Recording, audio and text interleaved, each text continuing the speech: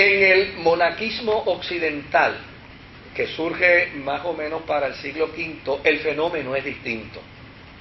Ellos no veían con buenos ojos algunas de las prácticas de los monjes de Occidente, de Oriente, de los monjes, digamos, de Siria, de los monjes de Egipto.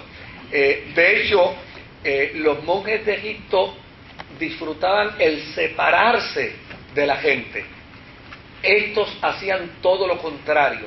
Estos buscaban la manera de ver cómo podían acercarse a la gente. De hecho, el concepto de obra misionera, que es un lenguaje religioso, ese concepto de obra misionera se desarrolla con estos monjes occidentales, porque son estos monjes los que se dan a la tarea entonces de evangelizar, de llegar a la gente, de llegar a los pueblos, de llegar a los villorios. Por el otro lado, esta gente, estos monjes de Occidente, son los responsables de la labor de justicia social.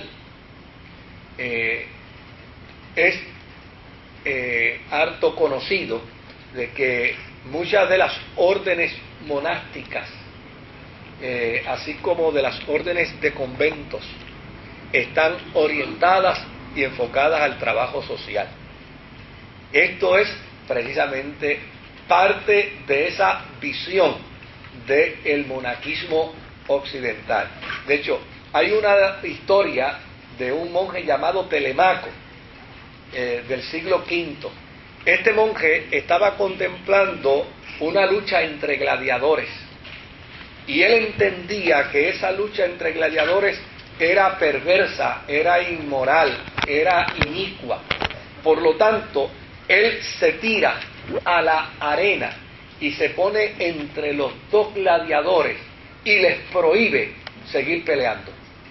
Desde luego, la multitud que está viendo la pelea es cristiana, supuestamente, y lo que hicieron fue que se tiraron a la arena y le dieron una golpiza al monje Telemaco, que lo mataron. Y eran cristianos. ¿Qué cristiano? El primer árbitro. Sí, el primer árbitro liquidado. Entonces, pero fíjese que el proceso de ello era precisamente como parte de un acto de justicia social. ¿Cómo vamos a permitir que dos hombres se golpeen hasta la muerte?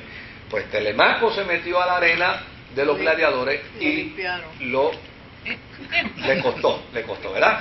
Ahora, fíjese que esa gesta de Telemaco tuvo frutos extraordinarios. El emperador Honorio, cuando conoció lo que le sucedió al monje Telemaco, suspendió y prohibió las batallas de los gladiadores. Así que triunfó. O sea, y esto, desde luego, desde el punto de vista histórico, reconoce la tarea y la labor de los monjes. O sea, si a alguien la cristiandad le debe, es a los monjes. Porque aún los monjes de Oriente, los que se separaron del imperio, note bien que fueron los monjes que lograron en un momento dado salvaguardar las vidas de aquellos que quisieron seguir sosteniendo la teología de la iglesia primitiva. Cada vez que a los nicenos, los arianos los perseguían para matarlos, ¿dónde se refugiaban? En los desiertos de los monjes. Así que es importante entender que la tarea de los monjes dentro de la cristiandad siempre ha sido importante. Y desde luego hay unas especializaciones en el campo monástico de la iglesia que todavía hasta el día de hoy prevalece. Hay unos monjes que se dedican, digamos, por ejemplo, los monjes que se dedican a la preservación de la fauna, de la naturaleza, como lo son los capuchinos, por ejemplo, monjes que se dedican a la experiencia de la educación y de la vida escolástica, como son los jesuitas, y desde luego otros monjes que se dedican a trabajar con los pobres, como son los capadocios, etcétera, y los franciscanos. Los franciscanos también son muy conservadores de la naturaleza y demás. O sea, que cuando uno analiza la tarea de los monjes, indistintamente en Oriente o en Occidente, la tarea de los monjes ha sido fundamental dentro de la experiencia de la cristiandad. Desde luego, estos monjes de Occidente hacían más vida de comunidad que vida solitaria.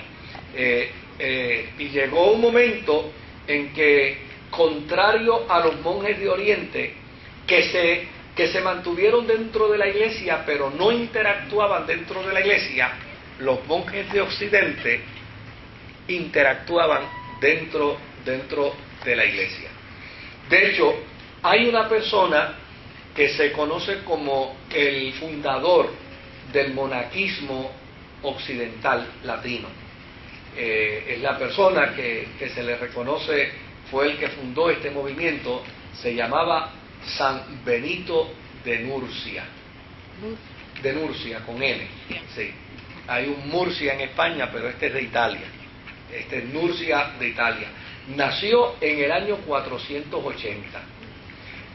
Su familia era de la aristocracia romana, así es que San Benito tuvo que haber conocido muy bien el tiempo de la crisis entre los nicenos y entre los arianos. A la edad de 20 años se hizo monje solitario.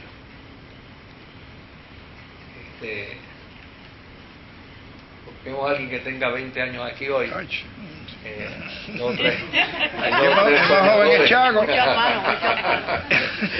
Y nos daremos cuenta cómo era San Benito a los 20 años, ¿no?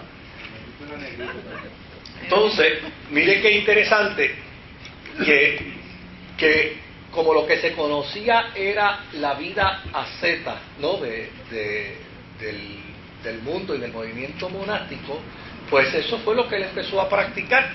Él se hizo un asceta. Y de hecho se cuenta, y lo cuenta Gregorio el Grande, que es el historiador que recoge la vida de San Benito, dice que una de las grandes batallas que tenía San Benito era precisamente el elemento pasional de las mujeres. Y eso pues lidiaba mucho en la cabeza de San Benito, y desde luego la razón por la que él se hace asceta es porque él quiere combatir esa afición que tiene, ¿no? al mundo femenino. Y desde luego luchó mucho con esta tentación.